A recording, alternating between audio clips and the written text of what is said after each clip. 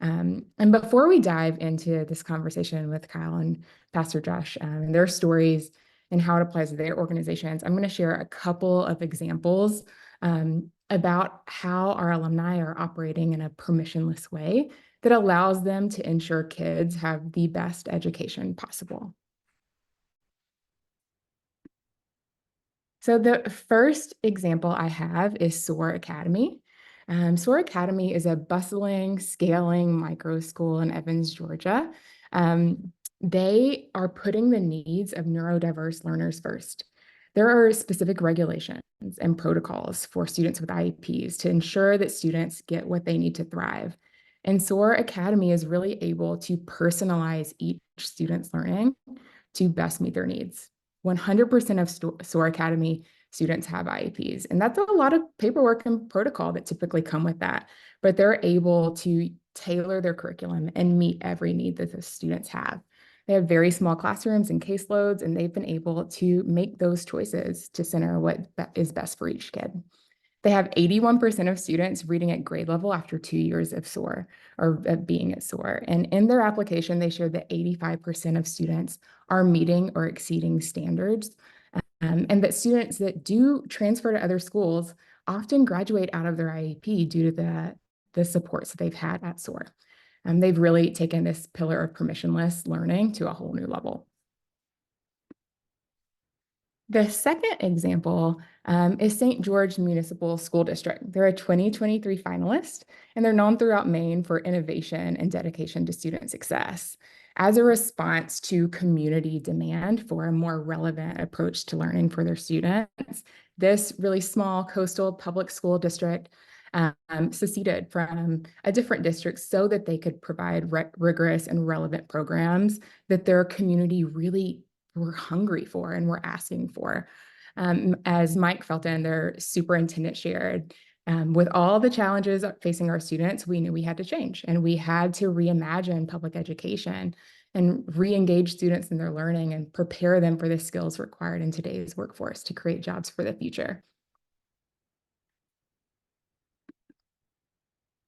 Our third example is Chickasaw City Schools, which is a 2022 semifinalist. They're a public school district as well. And we get so many questions about how this principle in specific works in public school districts. So I wanted to make it really clear that to apply for the Yass Prize, you don't have to be 100% permissionless. We do believe that there should be some checks and balances with schools and organizations, and usually this comes in the form of a really strong board that gives oversight and expertise while not micromanaging the leader of the team, rather giving those valuable insights and accountability to make sure that students are centered. So for Chickasaw City Schools specifically, this is a public school district in Chickasaw, Alabama, that provides transformational interdisciplinary programs that focus on trades. And we know trades aren't going away. There's a strong demand for trades, and this district gives students the chance to explore those pathways early on. Their superintendent operates alongside the school board and the union, and students are taking courses that are relevant to them in the trades. It could be refurbishing shipping containers to become solar-powered computer labs. They're using 3D printers to create prosthetic legs. And the superintendent didn't need approval to buy those things because he knew that it was going to be a revolutionary program. They made prosthetic legs with the 3D printer, and then they were able to distribute those to people in high needs areas. And they also have a green program where students and families not only learn the benefits of healthy eating, but understand and interact with the benefits of entrepreneurship. They highlight the connection between math, science, agriculture, marketing, economics, so many different things. And while we can't say that Chickasaw City Schools is 100% permissionless, very few organizations are, we can say that they are making decisions as quickly as possible, grounded in strong research. That is what students deserve and need.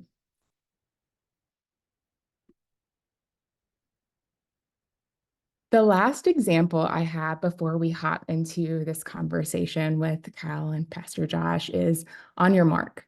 And On Your Mark is a national ed tech company that provides individualized literacy instruction that is revolutionizing the way students are learning to read. Their curriculum and program is grounded in cognitive science And starting when a child first begins to read, On Your Mark takes what works best in virtual instruction and combines it with high quality materials and best-in-class training to implement tutoring during the school day. These consistent tutoring sessions ensure that all students have access to individualized and responsive instruction that a single teacher in a traditional classroom can't provide alone. So adopting, creating, or rolling out a strong new curriculum, we all know that takes so much time, so much effort, so much buy-in to take it from this is what we want to do to it's implemented and working. But On Your Mark, through partnerships with schools, is able to implement a science-based curriculum, improve that over time using data and insights, and expand to thousands more students in a really quick, fast way that's having a great impact. So it's a great example of an ed tech tutoring and curriculum company that is able to do what they know students need and what is best for students without having to jump through so many different hoops.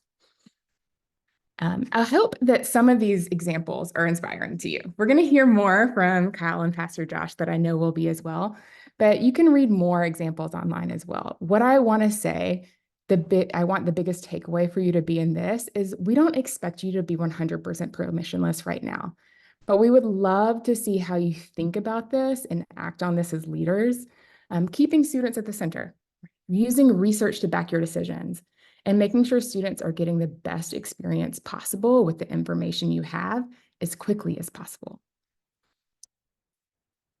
Okay. Before we pivot to our conversation, we have a few key dates to share. This is also available in the application and on yassprize.org. Our application closes this coming Thursday, April 18th at noon Eastern time. So I'm going to say that again, April 18th, this coming Thursday at noon Eastern time. We encourage you to submit your application on Tuesday. In case you run into any challenges or tech issues, you can reach out to us. The later you wait to submit your application, the less we're going to be able to support through those challenges. So just preemptively get yourself in a place where you're submitting by Tuesday. We will also have 2 additional office hours next week on Monday and Wednesday at 1 p.m. Eastern time. So from 1 to 1:30, you can hop on office hours. No registration is required. We will announce our 50 semifinalists on September 5th via live stream. And then our second annual Yass Summit will be in New York City on September 12th. All semifinalists will attend the Yass Prize Accelerator in Miami the week of October 14th to engage in development, build your network and your connections, and deliver your 3-minute pitch. And then the 2024 finalist and the $1 million Yass Prize winner will be announced at the gala on November 7th in Washington, D.C. It is important to note for all awardees that it's mandatory to attend the summit, the accelerator, and the gala. And all those key dates are also shared in the application as well. So just go ahead and mark them on your calendar. Okay, now for our conversation with Kyle and Pastor Josh. This is the most exciting part of the webinar because our awardees are doing truly outstanding work. And while I can share insights based on my experience and all the examples we've had in the past, they are living it out day to day. And so I'm just really excited to be able to have this conversation with the two of you. I'd love to start by y'all giving about a 1-minute overview of who you are, where you work, and what you do. Kyle, we'll start with you, and then we'll go to Pastor Josh. Totally. Thanks, Marcy. My name is Kyle, and I am the executive director and founder of Detroit Achievement Academy and Detroit Prep, which are 2 very small sister elementary schools. We're K-8. We're located in Detroit, Michigan. And I founded Detroit Achievement Academy, oh my gosh, now 12 years ago. So I've been in the exact same role, doing the exact same job for 12 years.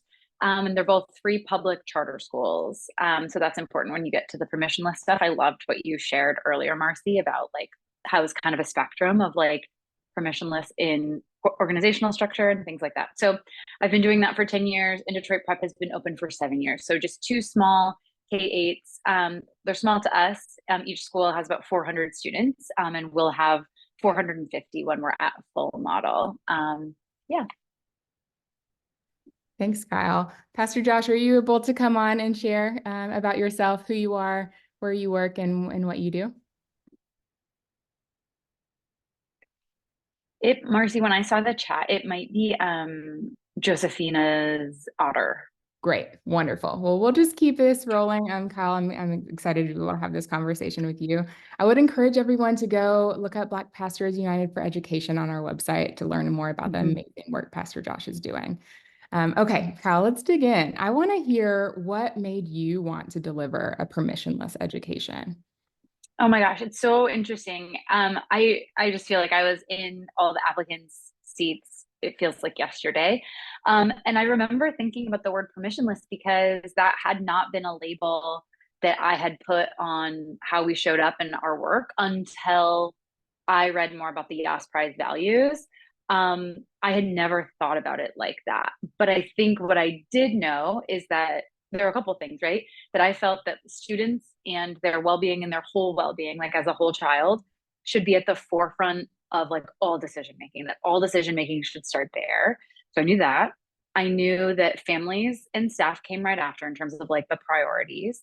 And then I also knew that I felt insane a lot of the time. I felt super isolated when I was founding the school. We were one of the first single founder schools to open in Michigan after sort of the cap of charters was lifted. Um, and so I kind of just remember like years and years of people being like, that's not how you do it. You don't know how to do this. No one does it like that. No, you're missing something. And so it was wild because I finally felt like while we were going through the application process, like it was a label on our way of thinking. It was a label on like how we had been shown up and sort of like had, you know, I don't want to just use like the word haters or like negative perspectives. And that came from the whole spectrum, right? Like that came from the traditional big network charter world, that came from a wide range of people that just sort of pointed at us and said, like, you're not supposed to do it like that. And so it was like a nice validation and label to put on just our style of work. I'm glad that it was helpful language to just name something that was core to, the work that you were doing and the way you were doing it. It makes me wonder how that being permissionless shapes the education you provide to students. Why is it so important for your mission? And then how does that manifest?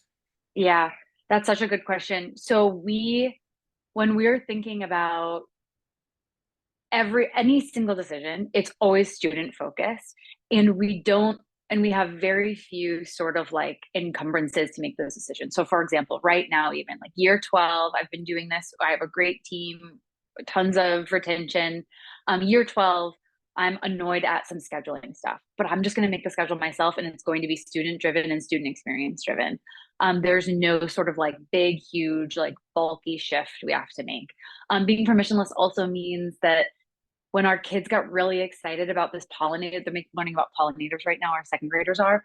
They're learning so much about pollinators, and they got so excited about doing outreach about pollinators that I contacted like our local letterpress studio, and just yesterday took, a huge group of second graders, the entire school of second graders down, and we made handmade like posters about like endangered pollinators in Michigan, right?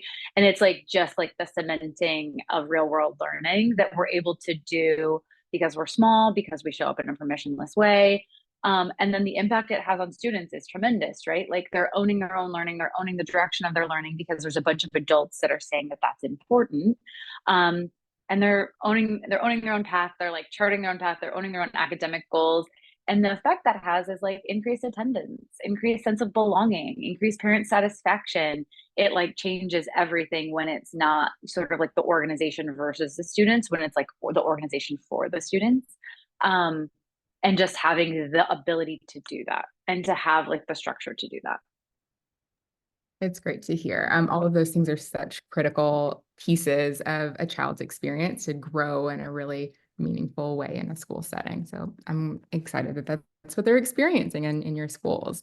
You spoke to this a little bit earlier, but how or have you encountered resistance when advocating for decisions that benefit students? And in those moments, how do you handle that?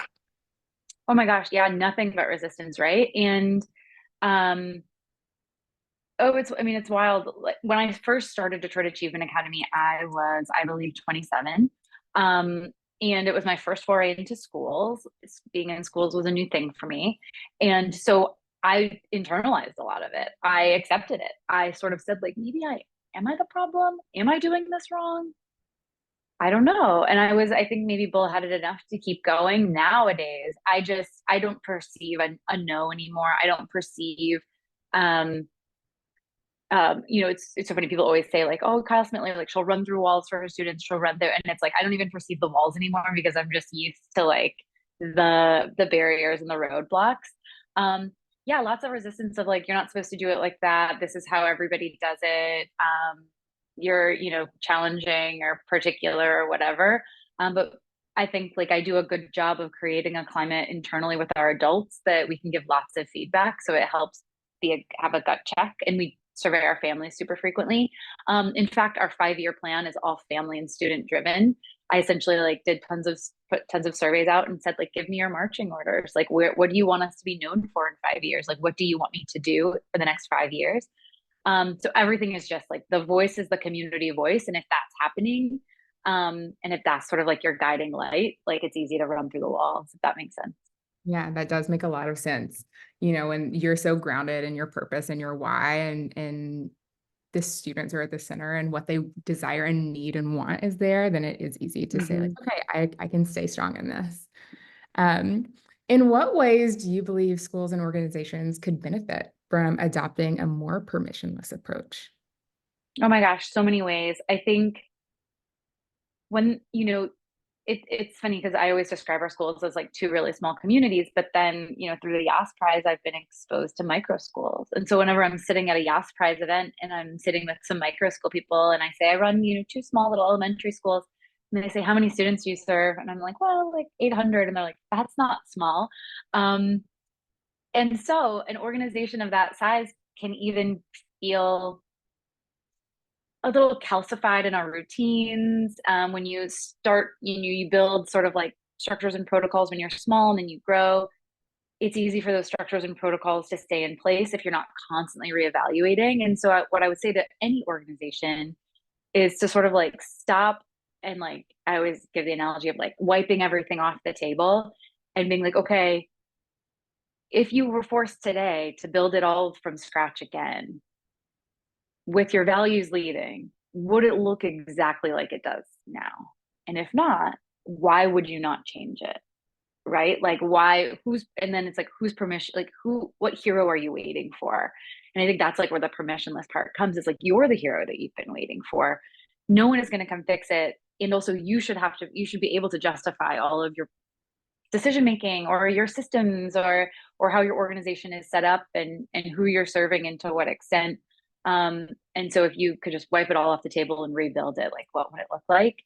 So much has changed, right? Like even in a non-pandemic world, so much has changed. The needs of kids have changed, the economy has changed, communities have changed. And so if you're not rapidly adapting in a way that's not pausing to ask for permission in any way, I would argue that maybe you're not really, really, really meeting your kids and families where they're at. Yeah, thank you for sharing that perspective. Before we pivot to the Q&A, I'm really curious to take a second away from the permissionless pillar and focus a little bit more on your own experience through the process. How have Mm-hmm. you grown through the Yass Prize experience? What has that been like? And I'll pause there and then I have one more follow-up. I mean, so here's what I hope everyone who is applying or is thinking about applying hears most of all. We applied, so we're a 2023 finalist, which is amazing. And it's been that in itself has been life changing, but we were a 2022 applicant. So we were one of the 3,000 people that applied in 2022. And we didn't make any cut at all. We didn't do anything at all, but we stayed engaged through the Yass Prize process. We stayed engaged through the platform. We regularly consumed all of the emails that we got. We followed the arc of the prize. We followed the winners. We followed the finalists. We followed the semifinalists. And that alone, that year of having quote unquote won nothing, which is like not how I perceive it actually, like that year was transformational because I think so many people that are probably on this chat right now are founders or leaders. And like, please know I see you. I know how lonely you are. I know how hard your job is. I know.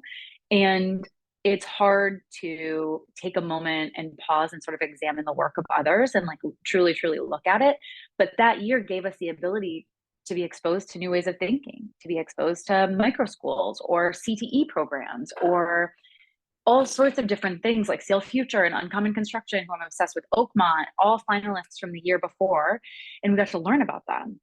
And that itself was transformational. Like just hearing about the other organizations was transformational.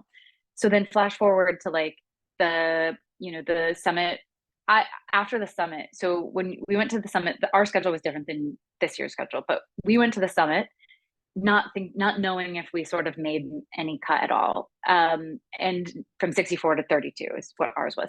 And I remember leaving the summit being like, I kept texting everybody being like, I finally feel like I have a community for the first time in 11 years. For the first time in 11 years of like doing this exact job, I feel like every word that one of their panelists said on stage, I was like, yes, this is it, right? Like, this is it. And I felt absolutely insane for 10 years. And like, I've been like, shouting from the mountaintops, not getting, and just felt like I was isolated. But then at the summit, I was like, this is it. And I remember leaving the summit being like, I will feel so sad if this is like, if we stop here, right? Like, if this is it, not knowing the extent to which like everyone is still very much included in the like Yass Prize family. But then it's like from there, then I just remember like it feeling like our world was like lit on fire to then transition to the summit or to the accelerator in Miami, which I think about every day. Still to this day, I think about moments from the accelerator every day. I think about my peers pitches every day because they're not just pitching their organization, they're pitching their beliefs and what they believe and how they want to serve their community. And that in itself was so moving. I think about people like Pastor Josh, all of this, and like how they're showing up for their community. And you can take nuggets from so many different things and make your community better. My community is better because of my Yass Prize work in our entire arc over 2 years, not just one, but over 2 years. I've brought back I could just like keep talking about it, but like it has been absolutely transformational. It's so exciting to hear that because when I see it from my perspective and my side, seeing the opportunity to connect with leaders and organizations across sector, across state, across community and the different ways it shows up, but to see the innovation, the way that people are so creative in thinking about how can we reimagine education to truly best serve every child is really inspiring. So I'm excited and grateful that was your experience too. One more question before we get into the Q&A. What advice would you offer current applicants to encourage them to submit or just in general? So just submit, like apply, period. Apply. There's no reason you shouldn't. Even if you didn't make it last year, even if this is your first year and you're wondering all the things, just apply. You didn't, Marcy, ask me for my advice on their applications, but I'm going to give it to them all no matter what. On your application, I think the biggest difference between our first year application and our second year application was the first year application, we acted like we were applying for a grant from someone maybe who was just like a normal grant organization. And we were pretty straightforward. Our mission and vision never changed, right? So like our whole organization structure did not change from year to year. It was just how we communicated it. And so the first year we communicated it like we would communicate to a normal grant partner. And the second year, after going through and like learning much about the programs, I just remember being like, oh, I don't know if we communicated as boldly and strongly as we always do. And so think about your communication style and how you're writing. And if you're writing for like a pretty boring grant organization, stop. I would say like picture yourself on like a Friday night chatting with your friend. And if your friend would be like, why do you deserve this organization? The first things that you say out of your mouth, put those in your application, not what you think you should type, because you will be blown away when you get to Miami and you hear everyone else in the room, because they're going to come like really strong. And so just practice like in your biggest, boldest dreams and your biggest, boldest ideas for what your organization is and can be, like put that in there. Don't put like boring stuff. Even if you think that's what they want, they don't want it. That's so helpful to hear. And the one thing I would add to that too is that Miami Accelerator and the virtual accelerator, which every app has access to the 3 weeks before the Miami one, is such a great time to continue to hone that ability to tell your story, tell how you know that you're so impactful, and why the work that you're doing is amazing too. So do it now, and then know there's the opportunity to continually grow throughout the process too, which I think is really cool. Totally. Okay, we have some questions rolling in, so I'd love to hop and talk about them for a little bit. And I would love for you to stay on and share your perspective here too. And I think that these are both geared towards you. Okay.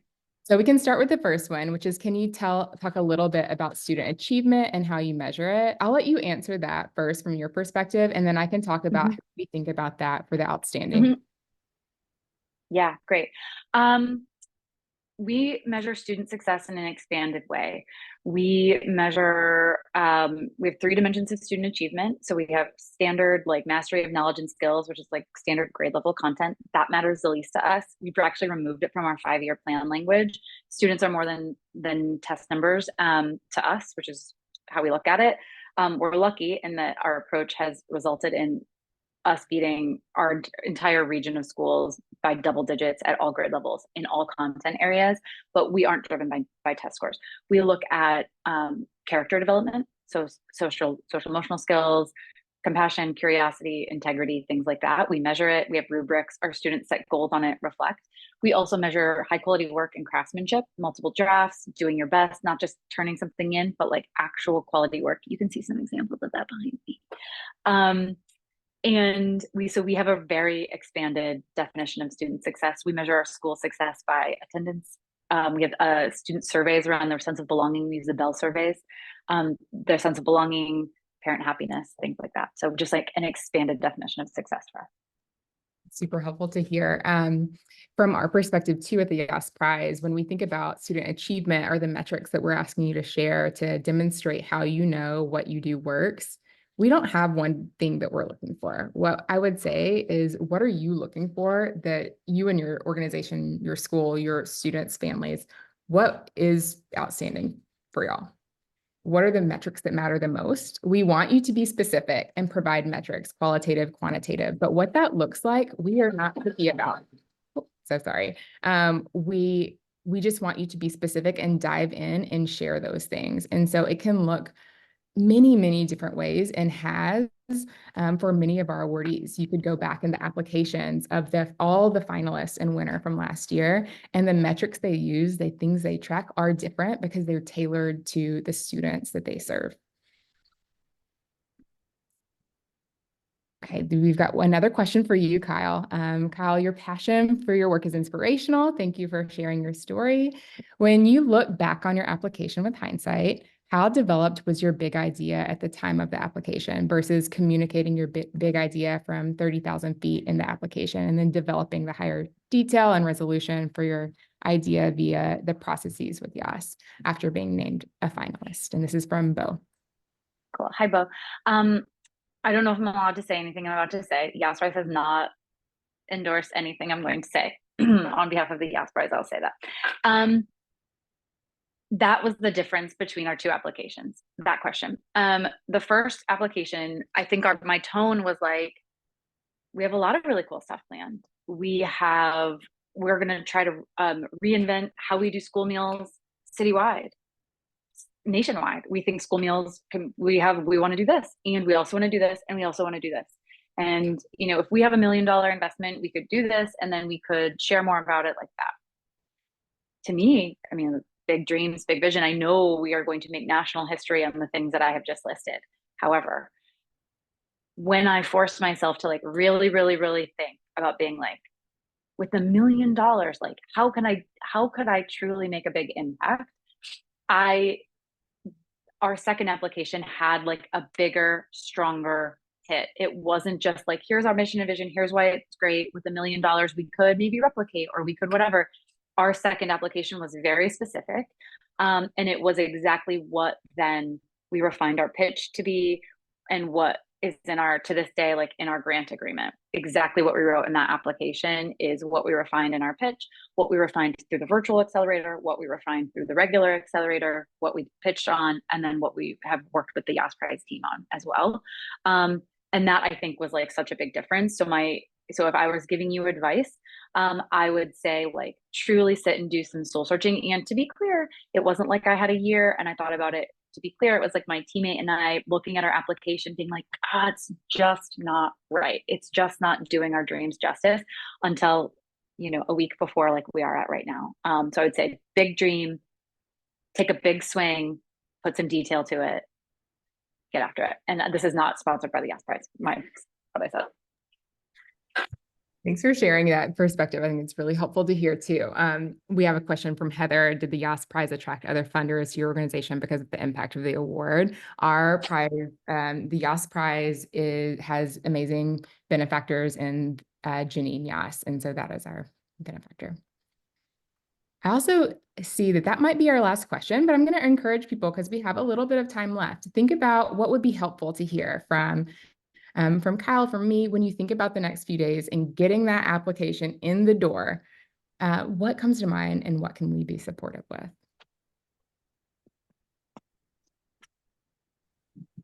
Hello, may I make comment? Oh, hi, Pastor Josh. Pastor Josh is here. Come on in. Please forgive me. I'm in Memphis, Tennessee, and I didn't calculate that I would be an hour behind because of Central Time. So please forgive me, but I'm glad to be on. And of course, I am excited to talk about the Yass Prize. And I think I have a nugget. I don't know if somebody else has already shared it, but here's what I would tell those who are applying. Don't think about it. Just get your application in. Don't consider it. Don't think about how high the mountain may be. Work hard to get that application in, because even in doing the application, you will grow. Your teams will have to get better. Even the process of submitting the application will require that. And then, as you are thinking about what to focus on, I would focus on using the Yass Prize to accelerate growth and expansion of what you're currently doing. I think that's what I would focus on, as opposed to, you may need the Yass Prize. Well, let me say it twofold. You could either look at it like, how can I expand what I currently do, meaning more sites, more students, or can I offer something that will make us even more cutting edge, that will cause for expansion, and making that the focus of your application. It's not to sustain the work that you've already done. And it's important that you remember that as you are applying for the Yass Award, that the award is to accelerate. It's for you to expand. And so, what you're currently doing, if you're an awardee, is the recognition that you are one of the Yass Prize finalists or semifinalists or whatever that may be. The recognition of that is the award you get for the work that you've done. The purpose of this award is to accelerate and to expand what you are currently doing. And I would just make that very much so at the forefront of your why when you are writing your application, and what you plan for that to do. Another thing I would say, well, let me stop there. I have one other thing I'd like to say, but let me stop there. I don't want to overstep my boundary. You're not overstepping at all. I'm so glad you were able to join the conversation and share your perspective. We have 2 quick questions, and I'm going to come back to you because I want to hear what your final thing that you want to share is, and I'll make space for both you and Kyle to close this out with anything left. But I want to see if we can answer these 2 questions as well before we close out, and you two might have some insight here. So how important is skill for the Yass Prize and being an awardee? And I have an answer, but I'd love to hear if either of you want to hop in and share your perspective. How important is skill? I think here's where I would encourage hopefully the Yass applicant that has less than maybe 100 students in your program. Because one of the things that I really love about the Yass Award and the Yass Foundation and this whole process is they are very much so more concerned about your plan for scale and the legitimacy of you being able to accomplish that plan. Do you have a solid plan to scale? Because if so, then they're willing. You don't have to have thousands and thousands of students and years and years and years of accomplishments. You have to have a solid plan that is reasonable, that is logical, that it makes sense. And as far as scaling, is thinking through how can I not be 100% um, um, reliant upon philanthropic funds, right? And then how can I create sustainability and scalability through public funding, such as taxpayer dollars in your state, right? So, because ultimately you want to create education systems. That may be the wrong word. Educational opportunities that are scalable and sustainable because our children need options. We are the options providers of education in America. That's what the Yass Prize is bringing together collaborators from all over the country to collaborate upon providing robust opportunities for educating kids. And so if we're going to provide these opportunities, they need to be around for more than 2 years. They need to know, they need to be able to expand through urban, suburban, rural areas, wherever through, they need to be accessible by all people. And so having a plan that, you either are looking forward to tapping into at some point, like an ESA account or a Lifeline scholarship here in Pennsylvania to sustain the work that you do is important. That dual focus of using philanthropy, but also using public dollars in order to sustain educational efforts. I think if you can show a plan like that and some form of innovation as it relates to how you provide education to kids, that's really what the Yass Prize awards and supports.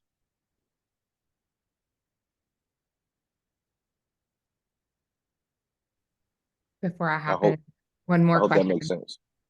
Yes, thank you. Thank you, Pastor Josh. Before I hop in with one more question, Cal, is there anything you would want to add to that? No, that's exactly correct. I have nothing else to add to either. One of our last questions is to clarify on the big idea of what we would do as a winner and that future impact question. How detailed do we need to be with our plans? I'd be curious on both of your perspective here from the position where you were writing that a year ago. I would say you're not going to like to hear this, but you need to be fairly detailed. And if you can't be detailed now, know that you will need to flesh it out, because you should plan on anything that you're typing. You should just flash forward into being on that pitch stage, having a panel full of judges pepper you with questions about exactly how you're going to do that thing. So I would say if you don't have a really clear plan about how you're going to do the thing that you're asking for, know that you will need to come up with it. And so my push would then be like, just come up with it now.